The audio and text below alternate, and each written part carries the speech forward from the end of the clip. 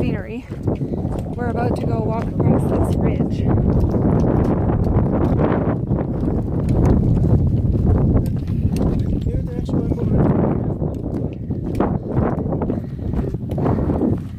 The scenery, I don't know if you saw that, I just kind of blindly turned the camera around, but the scenery is absolutely amazing.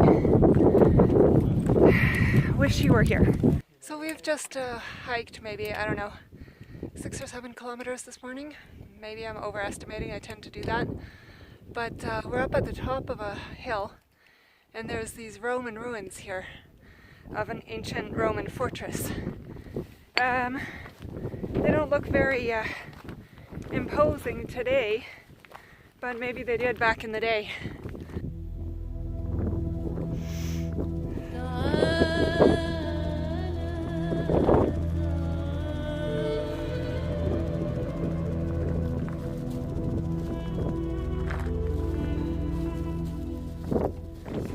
Well, sure enough, I overestimated again. It's 7 o'clock, just past 7, and we've only done about 5 kilometers. So the terrain's not that bad today, which is good, obviously. But it's a fairly good trail, and most of the way it hasn't been a very steep uphill or downhill, but there's definitely been uphills and downhills, and not really a lot of rock fields, so it's fairly easy going. You still have to watch your step always, of course, right? But it's one of those things that I've started to say, you go when you can and slow when you can't. And for now I'm trying to go as fast as I can, bearing in mind that my hip is kind of complaining over the last couple of days. So the guys have pulled ahead, and I did ask them to please don't leave me behind.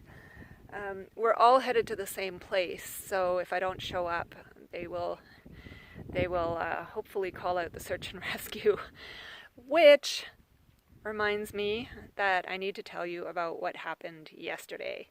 But again, that's going to have to wait till the next break. Okay, actually this is fairly easy walking, and my guys have left me behind, so I'm fairly free to chat with you guys and explain what happened yesterday rather than wait for the break. Okay, so I think I left you off where I had taken the cab out to the night camp, or to the road close to the night camp, and I had found the night camp. I'd been told by 2 other hikers that there was a bunch of hikers there, that they had seen them on the ascent, and the night camp was just sort of in a little ways into the right. So that's where I went. That's where you saw me last, when I was kind of trying to figure out what to do and trying to psych myself up to staying there the night alone. I had gone a little further to see if maybe I had just caught the parking lot, because I've done that before, where I thought the parking lot was the night camp. And that would have been a shame if I was alone in the parking lot and there was a night camp just a little bit further. But the sun was rapidly going down, and I realized I left my maps in my backpack, because I didn't want to carry my backpack with me up the hill just in case there was nothing there. Went back and decided, okay, the sun is too low, just gotta sit here and wait it out. So I waited and waited, and finally sort of decided that, okay, now I'm going to set up my night camp right here. And sure enough, I'm going to be alone. I really hoped, one of the reasons I was waiting for the Israelis was because I didn't want to set up my camp and then have them set up their camp somewhere on the other side of the night camp and me be alone. So anyways, it was time to set up camp, and then suddenly I heard voices from up by the military base. And I knew there was a water faucet up there, and that's where everybody goes to get water. Unless, like me, you took a cab in from Dimona. And so I heard voices for the longest time, and I got worried that maybe they had set up camp up there, even though you're not supposed to. Or maybe I was in the wrong spot, or, who knows. So I tried to yell and catch their attention. Nothing worked. So finally, I realized, wait a minute, there's an army base here, so I probably have signal. And sure enough, I had a signal. So I put a message on the WhatsApp groups for the Shvil. And then I figured, hopefully, somebody up there will have signal and will check their messages. But nothing. Eventually, as it was like literally getting dark, I finally saw a flashlight heading my way. So I was like, yes. And then, sure enough, it was my group of people. They came over, they found me, and we set up camp in what I guess was the night camp. A couple of hours later, while we're sitting eating our dinner, a car pulls up with lights flashing. One of the guys was waiting for a buddy, so we thought maybe this was a hitchhike. But why would he pull up with the lights flashing? Suddenly I heard my name. And because the Israelis went over to find out what was going on. And turns out somebody had interpreted my message to WhatsApp as a distress call, when really all I was trying to say was, hey guys, I'm here, where are you? Please come and find me. So anyways, the search and rescue guys came out. We had some excitement, they had some excitement. They were really, really super nice about it. But I have now been entered in the police databases twice in 3 days. But it's exceptionally reassuring to know that people are out there, they're concerned about me, and if I need help, it will come. As long as I can get a signal, help will come. So that makes me feel a lot better, even like now with those guys taking off ahead of me. I do know there's 1 or 2 guys still coming behind me. They were still sleeping when we left. So that's also reassuring. But otherwise, it's kind of spooky being out here alone, and not what I really had hoped. I had hoped that I would find a hiking buddy by now. But I haven't really.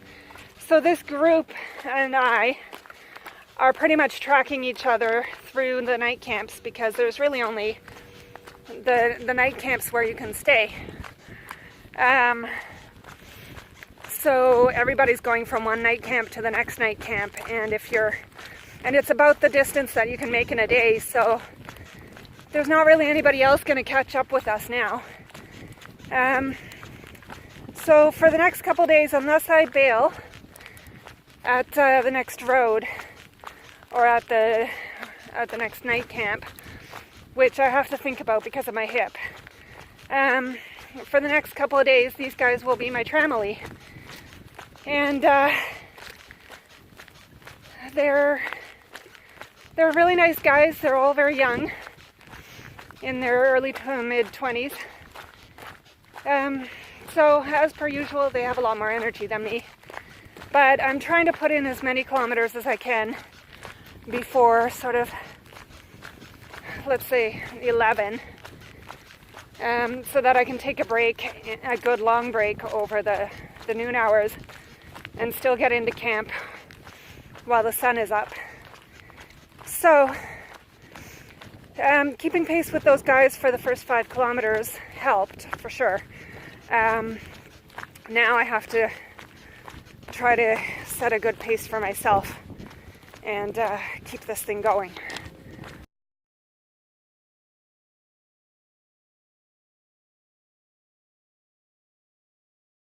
Wow, massive rock slide. Can we come in your picture? You want to? Yeah. All right. Well, yeah, I fell.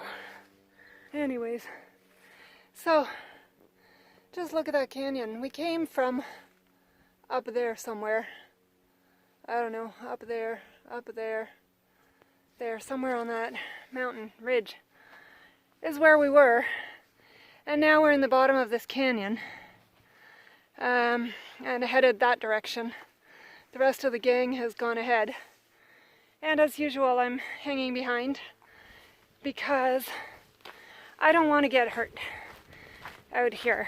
And I don't want to exhaust my poor body, which is already pretty exhausted.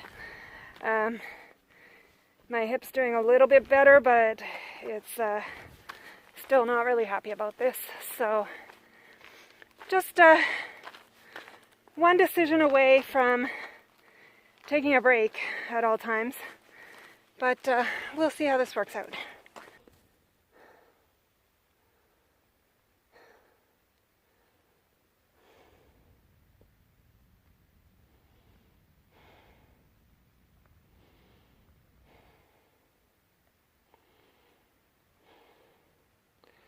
Just come up about halfway from down there, and now I have to go up a ladder. All the kids have gone before me, so I've got nobody coming up bringing my rear. The two guys who slept in just passed me as I was on the approach to the ladder. So that's it. It's just me and the ladder and my angels. So yeah, I'm a little bit freaked. But I'm also in need of a break because the sun is already pretty high. It's about 10:30. The sun is very high. And so I'm pretty hot and exerted. So there is a little spot here at the bottom of the ladder, thankfully, that I can sit for a minute and just catch my breath and contemplate this task that's ahead of me. I don't want to contemplate too long because the more I contemplate, the more freaked out I'm going to get. So I'm just going to try to grab some snacks, get some energy, and then move on up. Holy smokes, I made it. You can't see the ladder from here. It's down over there somewhere. That was the scariest thing I've done so far on this trail. There was a couple of ladders, and then there were metal rungs to climb up and other metal rungs to hold on to as you climbed across the path along the cliff face. And wow, I'm actually pretty proud of myself that I did that, but I don't know if I want to do that again. The pack on my back was pretty scary. And then at the end, I had to bring in some kung fu lessons because there was a section that didn't have rungs to hold on to, and it was a little bit wider. But with the pack on my back, it was pretty scary, and a sheer drop-off on the other side. So, kung fu lesson, lower your center of gravity, helps with your balance. So that helped a lot. It helped me feel better, at least to think about that as I made my way towards the final rungs. But I hope that's the only ladder situation that I have to face today. And I'm actually making fairly decent time. So I'm actually very happy about that. But I'm still going to actually cut a little bit of climbing out of today, because there's a road that the trail goes over the road, climbs up a mountain, and then climbs back down the mountain to meet the road. So I don't know, the road may be quite steep too, uphill, I don't know. I'll see when I get there, but maybe, if nothing else, maybe somebody will be driving along it and I can catch a lift. But it's only a couple of kilometers at that point, so until it joins back up to the trail.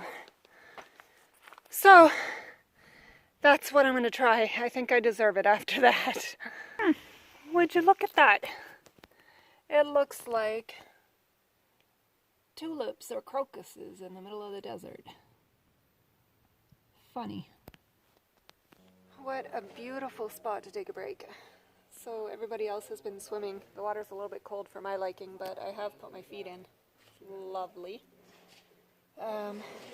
Just finished having a break for lunch and relaxing, taking care of my feet a little bit, and I've decided I'm going to skip a couple of sections and hitchhike into either Makhtesh Katan or Mitzpe Ramon once I leave here. So just gonna chill for a little bit, enjoy this place, and then find a place to rest my poor knees and hip for a couple of days, and yeah, then see where I go from there. So here's a different vantage point of our little rest spot. You can see all the Shvil and others down there. And, or maybe not, I don't know how small they are in this picture, but yeah, just a lovely little spot to just sit the heat of the day and cool our feet in the pools and just relax for a little bit. Okay, so I've decided I'm going to take a break for a bit, for a couple of days. My knees want it, my hip wants it. I didn't sleep at all last night. It was beautiful waking up to the stars, cowboy camping, it was awesome, but I didn't sleep. So I had planned a couple of rest days anyways in Makhtesh Katan and in Mitzpe Ramon. I had planned one each, but I think what I'm going to do is go to Mitzpe Ramon and just spend a few days there, 2 or 3 days, and just chill out a little bit, relax again. Skip another portion, which is quite disappointing because this is really one part that I really wanted to do, was a section of mountain. It's like a mountain called Carbolet, and it's like a ridge that you have to walk across, but it's very strenuous, and a lot of people skip it. It's probably the hardest day on the whole trail. And that's not why I wanted to do it. I wanted to do it because I wanted to see what all the fuss was about. But, and because it's amazing, supposedly an amazing view and amazing experience. But if there's one thing I've learned in Kung Fu and on this Shvil, it's that I really need to respect my body and listen to my body and do what it tells me. So that's okay. So right now there was a bunch of buses in the parking lot up at the where the trail meets the highway, and they were all student buses, so they couldn't take me. They were going part of the way to Mitzpe. Could have taken me to somewhere where it would be easier for me to catch a lift to Mitzpe, but they weren't allowed to take me. So I'm sitting on the side of a strange road that they just drove on, which reassured me that I'm in the right place, because this is a very weird road. The signs to turn onto the other highway, I don't know if you can see that, point both ways. Like, it looks like a one-way street, but it's actually a two-way street. So just hoping that somebody from the factory down the highway is headed to Yeru-who or to Mitzpe Ramon or Mideshet Ben Gurion or anywhere in that direction, and that I can catch a lift with somebody. I still have a little bit of time, so I'm gonna wait it out for a little bit and see. And if nobody's come along by by maybe in a half an hour or so, I'm gonna head to Dimona and figure it out from there. So this is the life of a hitchhiker.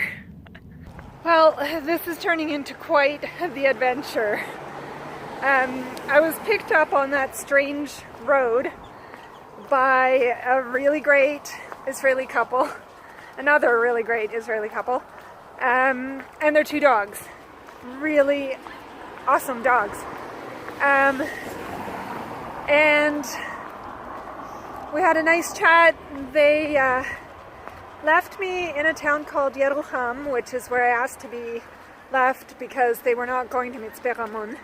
But Yeru-who is sort of on the way and should have been easier for me to get a lift from, or somehow get a ride from here to Mitzpe Ramon. And there's a bus that goes from here. But the trouble is, I couldn't find a place to stay in Mitzpe Ramon. The backpackers hostel where I wanted to go to for a couple days is closed as of a couple months ago. So I called around for trail angels, couldn't get a trail angel, and so I found a hostel here in Yeru-who, which I've never heard of before, and I'm just trying to find my way there right now. So this is crazy. I'm going to spend this night anyways here at this hostel and try to figure things out in the morning, because this is just nuts. But really can't be on the trail tomorrow, so we'll figure it out. Oh yeah, and that couple and their dogs, they gave me their number and they told me if I'm ever anywhere near Tel Aviv and I need a place to stay, to give them a call.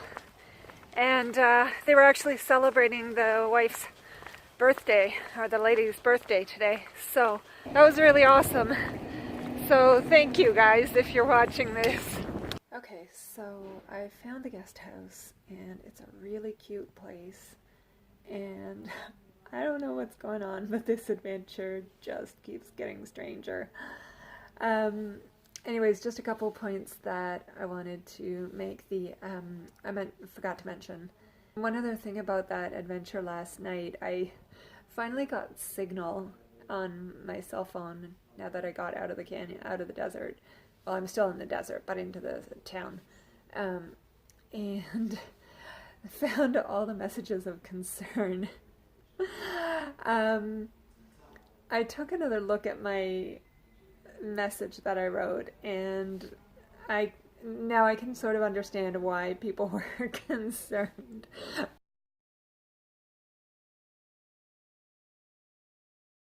But it was not my intention at all. I was just trying to contact my friends through the WhatsApp group, or my hiking group through the WhatsApp group, because I knew they were supposed to be there.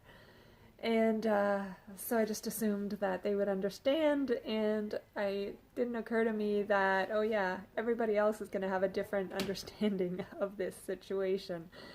So in future, I will word my messages to the WhatsApp group much more carefully. Yeah. But it was good for an adventure and good for reassuring me that people are watching out for me and are concerned, and I'll be okay. So I've had a chance to take a shower and chill for a little bit and rest my achy feet. And tomorrow morning I'm going to figure out what I'm going to do over the next few days. But for now, I'm feeling really good about today. It was a good hike, and good about my decision, because I don't know, just something feels right about this. the adventure continues. I am disappointed about not getting to do the cut bullet. Definitely disappointed about that. But who knows, maybe I'll get to do it another day. Anyways, for now, Lila Dov.